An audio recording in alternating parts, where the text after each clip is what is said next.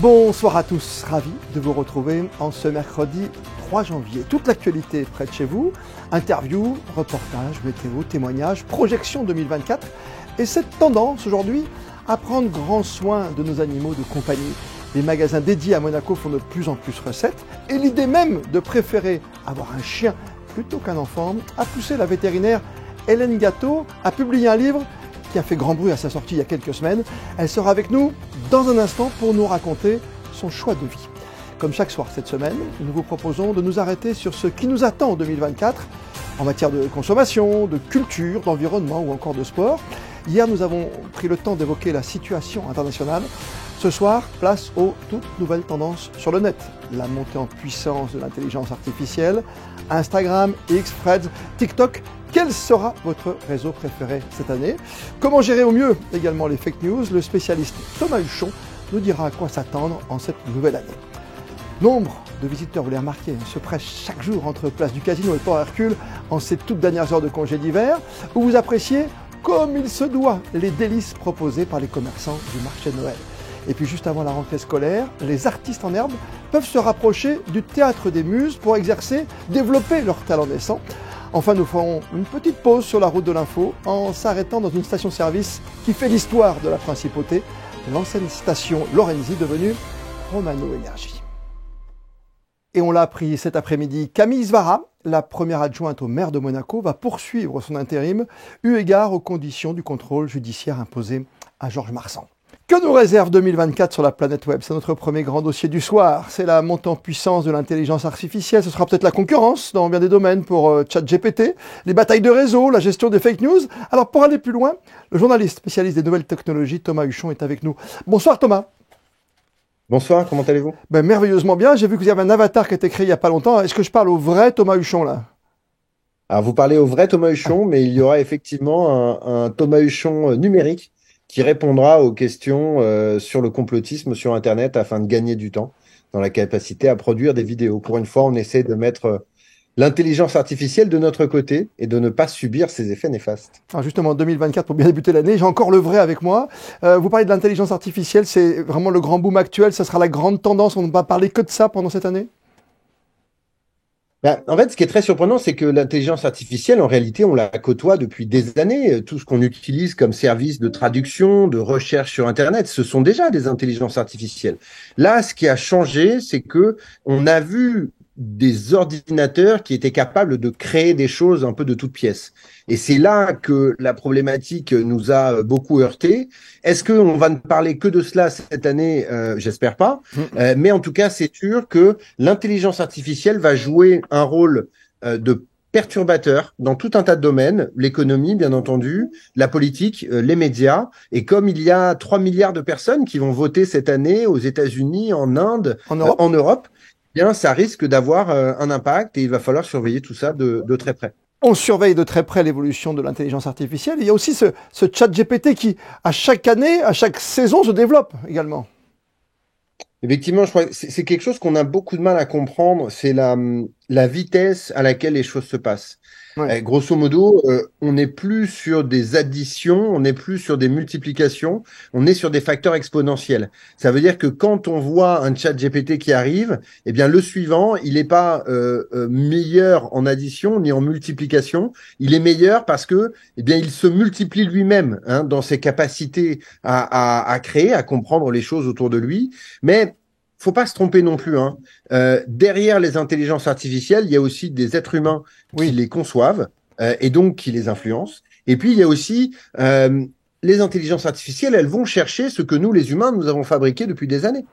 Donc quelque part, elles vont aussi chercher le meilleur, mais parfois le pire des êtres humains. Et donc je crois que il faut être attentif à l'hyper rapidité du développement du phénomène, ça c'est certain.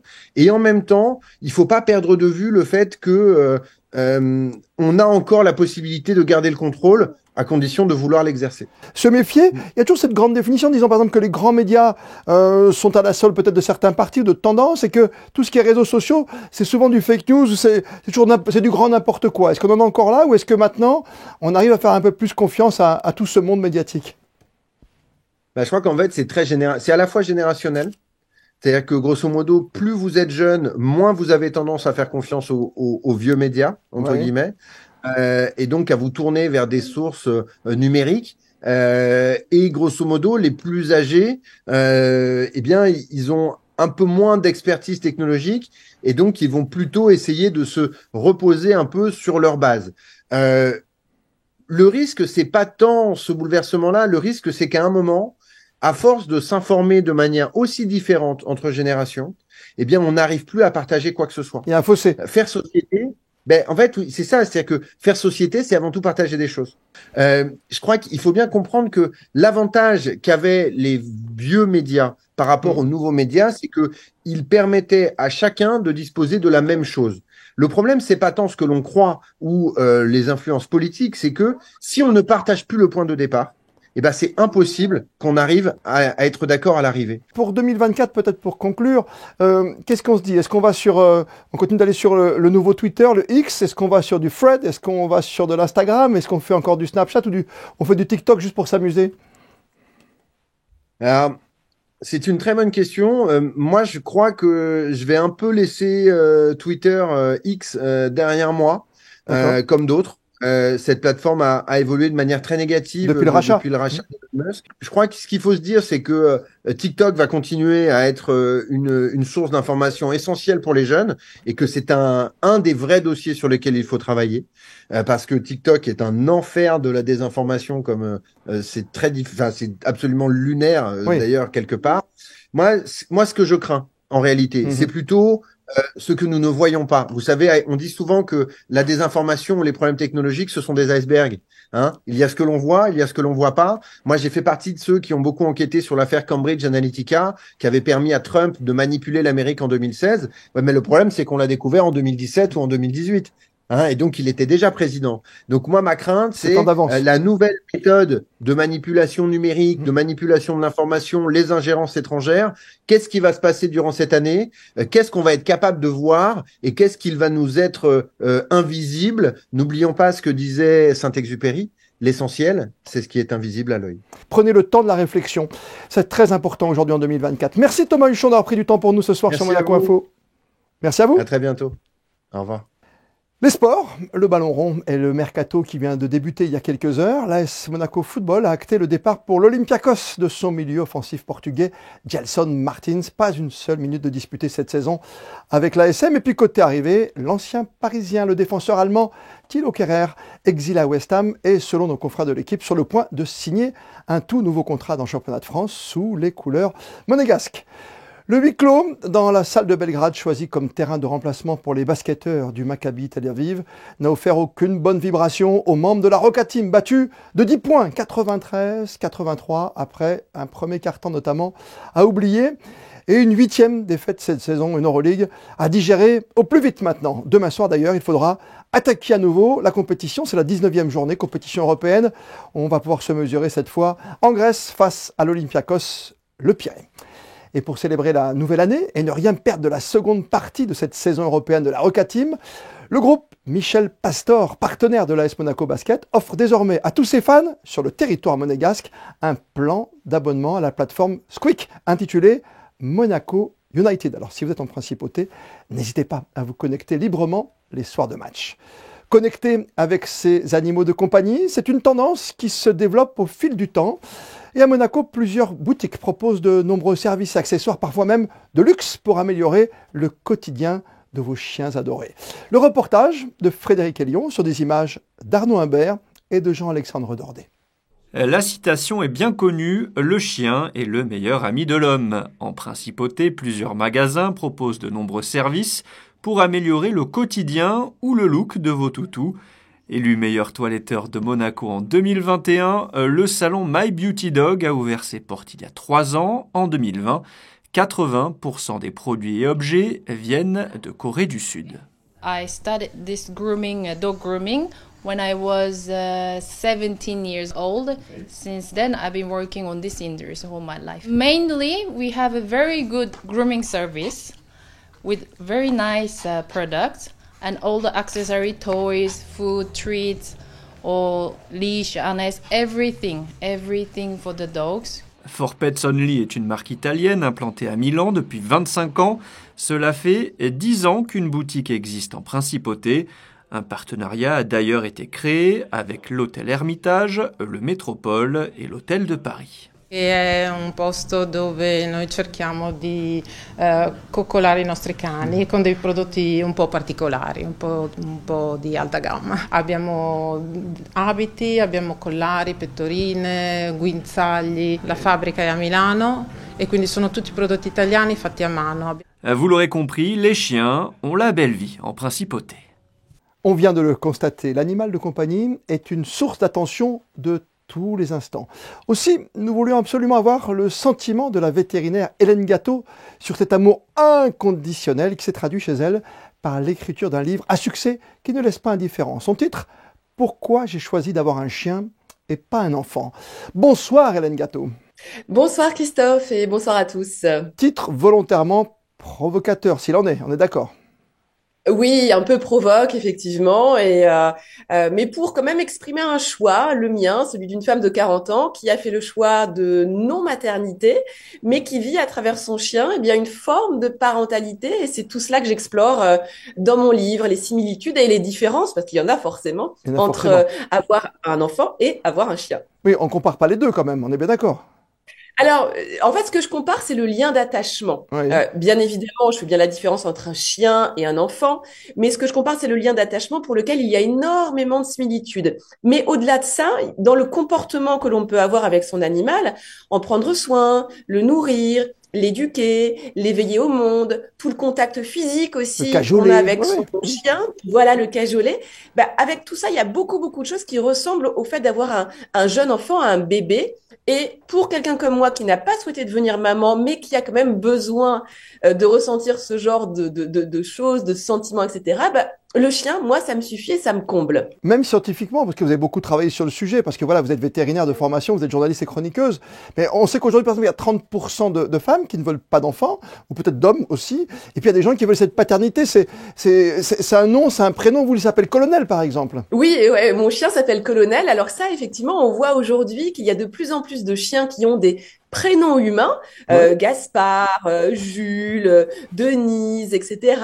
Et également de plus en plus de races qui ont même une apparence presque de bébé. Vous savez, on aime beaucoup aujourd'hui les bulldogs, les cavaliers King Charles, les chihuahuas. Ah oui, d'accord. Qui ont une bouille, ouais, voilà, avec des grands yeux comme un bébé. Donc, on a ce sentiment aujourd'hui vraiment de chercher chez le chien de plus en plus d'apparence, en tout cas, de similitude avec l'être humain. Ça, c'est un fait. Il faut faire attention, comme on l'a vu dans le reportage il y a quelques instants de Frédéric Hélion, on attache beaucoup d'importance, on le voyait ici avec Karl Lagerfeld par exemple et tout, on donne tout jusqu'à un héritage quoi, quelque part au chien. Après, c'est vrai qu'il peut y avoir, oui, des dérives, effectivement, des excès dans le fait de considérer son chien, son chat comme un substitut d'enfant.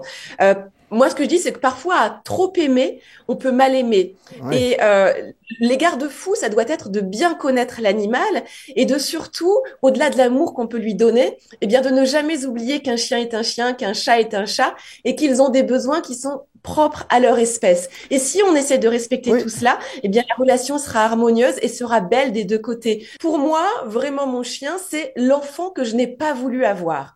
Après, pour d'autres personnes, ça va être un substitut de mec, effectivement, un dérivatif affectif qui peut être beaucoup plus important.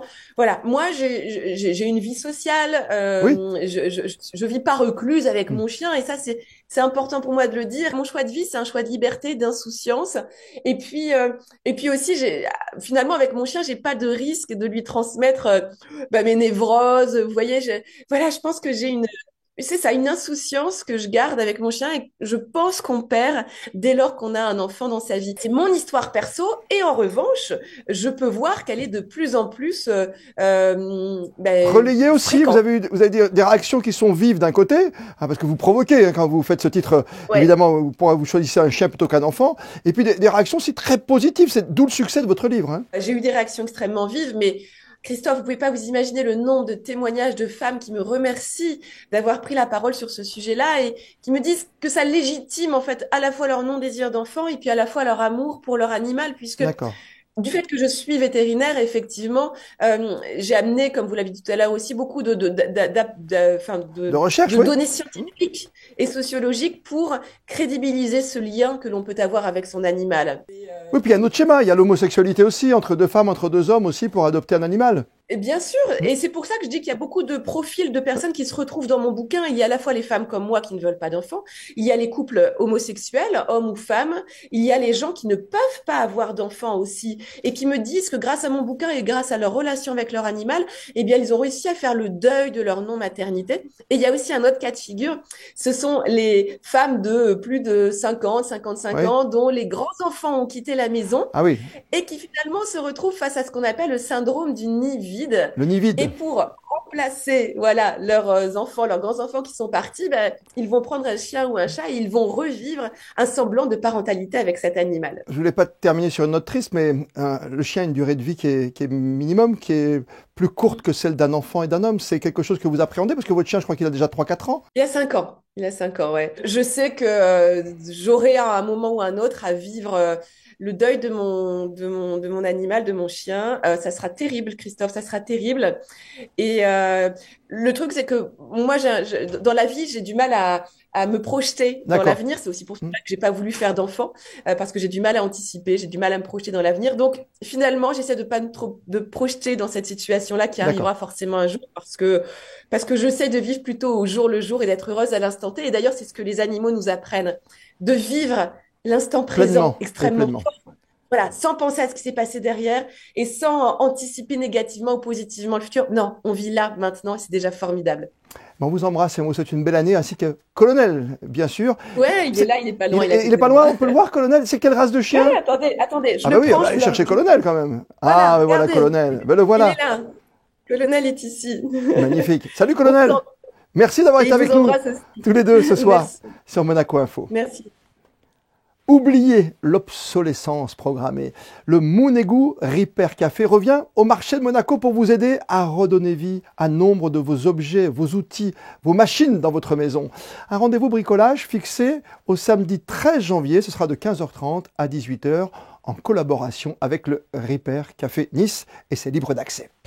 Plus que quelques jours pour profiter d'un marché de Noël qui a fait le plein depuis son ouverture, la balade, les découvertes, les achats de circonstances et toujours cette irrésistible envie de grignoter un petit quelque chose, de s'offrir quelques délices, quelques douceurs, Christine Datomel. Et oui, chaque année, le village de Noël est l'attraction phare en principauté pour ces fêtes de fin d'année. Alors tous les gourmands se retrouvent ici, que ce soit le midi ou le soir, car de nombreuses friandises sont proposées. Nous allons tout de suite nous rendre chez un des commerçants qui est là depuis 15 ans maintenant et qui est connu, vous allez le voir, pour ses patates. Bonjour. Bonjour. Alors, ça fait 15 ans maintenant que vous êtes ici sur le village de Noël. Qu'est-ce que vous proposez comme style de patates ? Comme style de patate, alors nous avons des très très grosses pommes de terre comme dans le panier. Nous les faisons cuire au four et on ajoute toutes les sauces qui sont ici devant. Lardon oignon, fromage à raclette, cheddar, saumon, crème fraîche ciboulette. Alors, comment on trouve des si grosses patates ? On les fait venir du nord de la France. Et parce que dans le nord, il y a beaucoup d'eau, donc c'est ça qui les fait grossir. Donc évidemment, par ici, il n'y a pas des si grosses pommes de terre, parce qu'il ne pleut pas assez. Et on les fait venir exprès pour l'événement. Et si bien sûr vous pouvez retrouver les habitués comme le refuge des Pyrénées, la boucherie ou encore le Savoyard Sweetie, je vous propose à présent de faire le tour des petits nouveaux. Alors l'île de Beauté représentée pour la première fois sur ce village de Noël. Oui, alors c'est un plaisir pour nous d'être là, surtout que c'est la première année, donc on est vraiment contents, ça se passe très bien. Les gens sont très gentils, très agréables et on espère pouvoir revenir l'année prochaine du moins. Et alors pourquoi avoir choisi le village de Noël de Monaco ? Alors parce que Monaco c'est vraiment une belle ville, je dirais même, on a vraiment l'impression que c'est plus un grand village Monaco qu'une grande ville. Et, un peu comme l'accord. Voilà, c'est ça, et on s'y retrouve quand même assez beaucoup. Alors quels produits aujourd'hui vous présentez ? Alors on a du figadilly, on a de la cope, du lonze, on a des miacioli, c'est des petits beignets de fromage frais.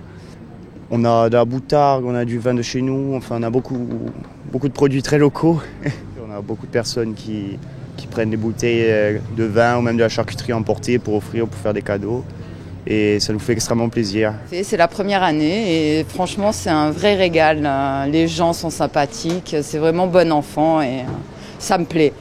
Alors qu'est-ce qu'on peut retrouver ici chez vous ? Alors on peut faire les focaccia farcis ou des piadines à farci. Les piadines, c'est une espèce de crêpe un peu épaisse, feuilletée, qu'on farcit alors avec le jambon cru, du jambon cuit. On peut faire la purée de potimarron, végétarien, voilà. Puis il y en a pour tous les goûts. Et celle qui plaît le plus, c'est laquelle ? On vend beaucoup de focaccia au pulled pork. C'est vraiment ce qui parle le plus actuellement. Alors le Québec représenté pour la première fois sur ce village de Noël. Oui, bien sûr, c'est notre première fois sur Monaco. Réellement, on a 36 marchés à travers de l'Europe, mais c'est notre première fois à Monaco. Et alors ça se passe comment ? Super bien, les gens sont géniaux, les gens sont géniaux, sont super gentils, polis, c'est agréable, on se sent en sécurité à Monaco et je pense que les gens apprécient beaucoup le comptoir des Québécois. Alors qu'est-ce que vous présentez au Monégasque ? Tous les produits d'érable, en particulier le sirop d'érable, les crèmes à l'érable pour les pancakes, les crêpes. On a aussi des tisanes à l'érable, on a des alcools à l'érable. On a également des bières à l'érable et des bières québécoises aussi. On a des cidres de glace, des cidres de vin. On a également des liqueurs de whisky, des épices à l'érable, sucré-salé un peu. Ouais.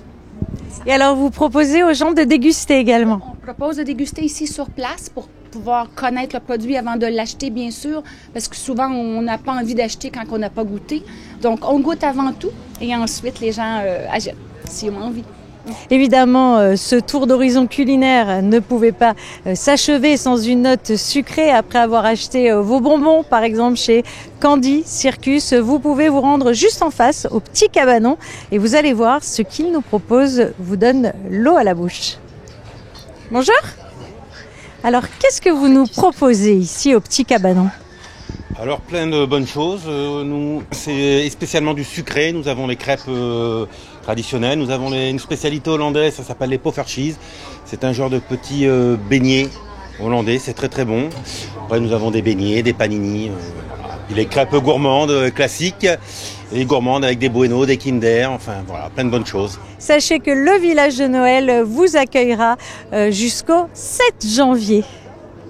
Le Théâtre des Muses propose durant ses vacances scolaires des stages d'improvisation pour les enfants. L'occasion de faire naître peut-être des vocations chez les plus petits et de se plonger dans l'univers de l'impro. Frédéric Elion et Arnaud Humbert, des professionnels, sont allés assister à l'un des stages. Si je comprends bien, vous vous trouvez tous très importants, mais moi moins que les autres alors. Oh mais non, mais... Allez, asseyez-le et mettez-vous derrière le canapé. La scène est le lieu de tous les possibles, l'endroit idéal pour s'exprimer, jouer avec les mots et interagir avec ses camarades. Pendant les vacances scolaires, le Théâtre des Muses offre aux enfants l'opportunité de s'initier au théâtre et à l'improvisation, avec des stages destinés aux enfants de 6 à 8 ans le matin et de 9 à 14 ans l'après-midi. Chaque stage, en fait, c'est 2 heures par jour. Là, ils ont commencé hier, donc on a fait connaissance 1 heure. Et puis après, au bout d'1 heure, j'ai commencé à leur évoquer ce petit spectacle sur les reines du Père Noël. Et là, c'est la première vraie répétition, en fait, à laquelle vous avez assisté, où on met tout en place. Et vendredi, ils joueront devant leurs parents cette petite présentation. Et moi, et moi, et moi. Les enfants se prennent rapidement au jeu et apprennent à trouver leur place sur scène, à jouer leurs textes et à exprimer leurs émotions. Moi, ça fait la 2e fois que je fais ce stage et je trouve que on est toujours ensemble, on est assez à l'écoute. Qu'est-ce que tu apprends ici ? J'apprends à être moins stressée quand je parle devant les gens. Audrey, elle nous enseigne pour comment bien se placer sur scène, pour bien que le public nous voit, pour qu'on s'impose sur la scène. Là, c'est mon premier stage. Déjà, on apprend un jeu du théâtre, mais on apprend aussi à s'exprimer, à pas trop être stressé quand on parle devant plein de monde. Et ça aide beaucoup. Avec un port de... Vas-y, on est bien. Pas très. Encore quelques heures de répétition pour gommer sa timidité et maîtriser son rôle. Et le groupe sera prêt pour le spectacle de vendredi. Ceux qui font Monaco sont sur Monaco Info. Vous le savez, c'est Christinda Thomel qui a décidé de partir à la rencontre des enseignes qui font votre quotidien, notre histoire aussi, comme l'incontournable Station Lorenzi devenue Romano Énergie. Entretien avec celui qui a contribué au renouveau de la célèbre station, Grégory Romano. Cette station, elle a plus de 70 ans. Elle était jumelle avec une station qui était juste en face, devant les ascenseurs de Carrefour. Alors celle-là, elle a disparu, mais celle-ci reste encore. Et elle a su évoluer dans le temps, celle-ci. Papa est arrivé à Monaco dans les années 80. C'était un homme autodidacte qui a fait toute sa carrière en Afrique, de façon assez difficile. Quand il est arrivé à Monaco, il a récupéré une entreprise qui était centenaire, qui faisait déjà des produits pétroliers, mais qui avait évolué avec le temps, qui vendait du fourrage au palais pour les chevaux de calèche au XIXe siècle, et qui après a suivi les évolutions des carburants fossiles. Et nous, depuis les années 2007-2008, on est en phase de sortir des carburants fossiles. Depuis avril 2020, on ne vend plus de carburant de pétrole, à base de pétrole, à nos clients professionnels. Aujourd'hui, tout le monde l'utilise. On a plus de 2500 véhicules qui s'arrêtent ici tous les mois pour le consommer. Ça va des véhicules de l'administration monégasque avec la totalité des véhicules thermiques de la mairie ou du DO, des véhicules de la centrale à béton, tous les camions de la centrale à béton, des engins de chantier, des tractopelles, des groupes électrogènes. Je pense quasiment tous les groupes électrogènes, par exemple des parkings publics de Monaco, au lieu de consommer du gasoil de pétrole, ils consomment ça. On n'est pas juste distributeur, on est aussi producteur. On a un appareil, un synthétiseur qu'on a développé depuis le début des années 2008, qui maintenant est fonctionnel. Ce produit-là synthétise 90% de diesel et 10% de sans-plomb. Quel est l'avantage de ce carburant ? Alors il est double. Il y a deux avantages environnementaux, la pollution locale et le bilan carbone. Le bilan carbone est quelque chose d'assez diffus, il dépend de la chaîne totale de fabrication et de distribution. Et on baisse ce bilan carbone, de 92% en moyenne en ce moment. Et ensuite, il y a les polluants locaux. Donc baisse des particules fines, baisse de l'oxyde d'azote, totalité baisse du soufre. C'est un carburant qui n'est pas du tout soufré, à l'inverse des carburants fossiles qui eux sont soufrés, ils ont des métaux lourds, ils ont des produits cancérigènes. Il est non cancérigène, il est biodégradable. Si j'en renverse dans la nature, en 30 jours, il n'y en a plus. Il est non toxique. Par exemple, pour le milieu marin, c'est juste fantastique. Cet été, on a fait une trentaine de yachts. Vous étiez venu nous filmer, Monaco Info. On a fait un yacht qui s'appelle le Langoustine, à Cap d'Aille, qui est un yacht qui a une quinzaine d'années. Il est entièrement décarboné avec un carburant qui est 100% biodégradable. Demain matin, ce yacht, j'espère pas, coule. Ce qu'il a dans ses soutes n'est pas un problème. La météo de ces prochaines heures, c'est avec vous, Vanessa Dessy. Bonsoir Christophe, bonsoir à tous. Le soleil sera de retour sur le territoire. Les températures resteront assez douces, elles oscilleront de 10 à 15 degrés. Le soleil se lèvera à 8h02 et se couchera à 17h07 et nous fêterons les Odilons. Merci beaucoup Vanessa. Et comme le veut la tradition, on termine votre journal avec les instantanés du jour et direction le golfe du Montagel qui a reçu la visite du tout frais champion de France, le jeune Tom Vaillant. Nous ferons d'ailleurs plus ample connaissance avec lui demain soir dans votre journal avec son portrait préparé par Frédéric Elion. Les photos du jour, elles, sont signées Frédéric Nébinger. Merci de nous être fidèles chaque soir. On se retrouve demain 19h. D'ici là, passez une belle et bonne soirée sur Monaco Info.